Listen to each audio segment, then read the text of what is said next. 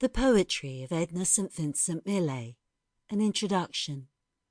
Edna St. Vincent Millay was born on 22nd of February 1892 in Rockland, Maine, the eldest of 3 daughters.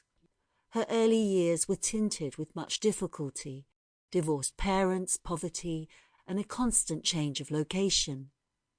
Despite this, once settled in Camden, Maine, Edna developed her literary talents at a furious rate. By 15, she had published her poetry in the popular children's magazine, St. Nicholas, the Camden Herald, and the high-profile anthology, Current Literature. In 1912, at 20, she entered her poem Renaissance in the Lyric Year Poetry Contest. Despite being considered the best poem, it was only given 4th place. The ensuing uproar brought publicity and the offer of funding for her education at Vassar College. Here she wrote both verse and plays, as well as embarking on a series of affairs with women as she explored the wider world and all it offered. Edna achieved significant fame when she won the Pulitzer Prize for Poetry in 1923 for the Ballad of the Harp Weaver. It was a magnificent triumph. She married Eugene Jambois-Savain, but on her wedding day she fell ill and he drove her to Manhattan for emergency surgery. He nursed her back to health with remarkable devotion. They were together in an open marriage until his death in 1949.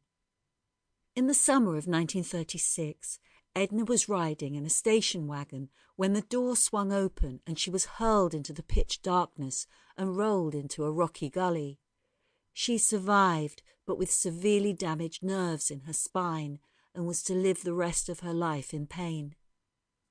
In 1942, in an article for the New York Times magazine, Edna mourned the callous destruction of the Czechoslovak town of Lidice by Nazi forces in retaliation for the assassination of Reinhard Heydrich.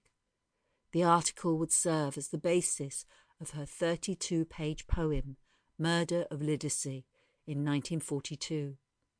Edna St. Vincent Millay, after suffering a heart attack, fell down the stairs and died at her home on 19th of October 1950. She was 58 years old. The Ballad of the Harp Weaver by Edna St. Vincent Millay. "Son," said my mother when I was knee-high, "you've need of clothes to cover you, and not a rag have I. There's nothing in the house to make a boy breeches, nor shears to cut a cloth with, nor thread to take stitches. There's nothing in the house but a loaf end of rye, and a harp with a woman's head nobody will buy." And she began to cry. That was in the early fall. When came the late fall, "Son," she said, "the sight of you makes your mother's blood crawl.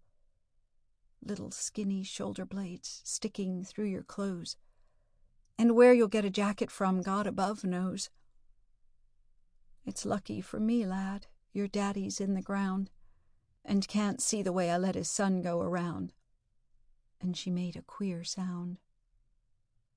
That was in the late fall. When the winter came, I'd not a pair of breeches nor a shirt to my name.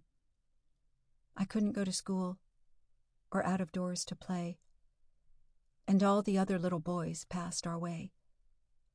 "Son," said my mother, "come climb into my lap, and I'll chafe your little bones while you take a nap."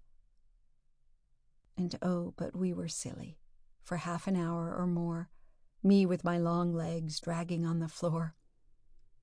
A rocking to a Mother Goose rhyme. Oh, but we were happy for half an hour's time. But there was I, a great boy. And what would folks say to hear my mother singing me to sleep all day in such a daft way? Men say the winter was bad that year. Fuel was scarce, and food was dear. A wind with a wolf's head howled about our door, and we burned up the chairs and sat upon the floor. All the Sample complete. Ready to continue?